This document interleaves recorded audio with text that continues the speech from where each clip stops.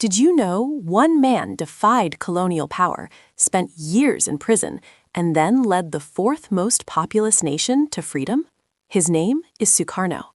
Welcome to Quick History. Today, we dive deep into the electrifying life of Soekarno Sosrodjiharjo, the revolutionary architect of modern Indonesia. Born in 1901, Soekarno's early education exposed him to both Javanese culture and Western political thought, planting the seeds of nationalism early on. By the 1920s, he was a fiery orator. His message was simple: Indonesia must be free. This activism quickly landed him on the Dutch colonial radar. He co-founded the Indonesian National Party, PNI, in 1927. His rhetoric focused on Marhaenism, blending socialism and Indonesian values to mobilize the masses. The Dutch imprisoned him multiple times, attempting to silence his influence, but this only amplified his status as a martyr and national symbol. During World War II, under Japanese occupation, Soekarno navigated a perilous path, collaborating slightly to secure national infrastructure and gain future leverage. As Japan faltered, Soekarno seized the moment.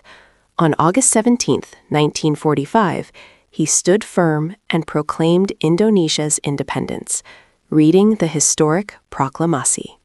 Independence wasn't handed over. The next 4 years saw brutal fighting as the Dutch launched 2 major military actions attempting to reclaim the lucrative colony. Soekarno became a wartime leader, inspiring guerrilla resistance even when captured and exiled by Dutch forces during Operation Cry in 1948. His unwavering defiance paid off. Under international pressure, the Dutch finally acknowledged Indonesia's sovereignty in December 1949. Soekarno became president. The early 1950s were challenging. The young democracy struggled with parliamentary instability, leading to frequent cabinet collapses and political deadlock. Frustrated, Soekarno introduced guided democracy in 1957. This gave him massive executive power, centralizing control, but moving away from liberal democracy. He promoted fierce anti-imperialism, famously aligning with non-aligned nations and co-founding the Bandung Conference, asserting Indonesia's place globally.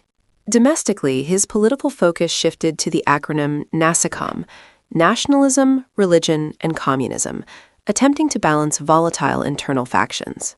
This balancing act collapsed in 1965 with the controversial G30S incident, which resulted in the murder of several generals, throwing the nation into chaos. Blamed for instability, Soekarno was strategically stripped of power by General Suharto through the Super Semar Decree, marking the beginning of the new order. Soekarno died under house arrest in 1970. Despite the controversies of his later rule, he remains revered as the proclamator and father of the Indonesian nation. That's the complex saga of Soekarno. If you learned something new about this monumental figure, smash that like button. Don't forget to like and subscribe for more updates.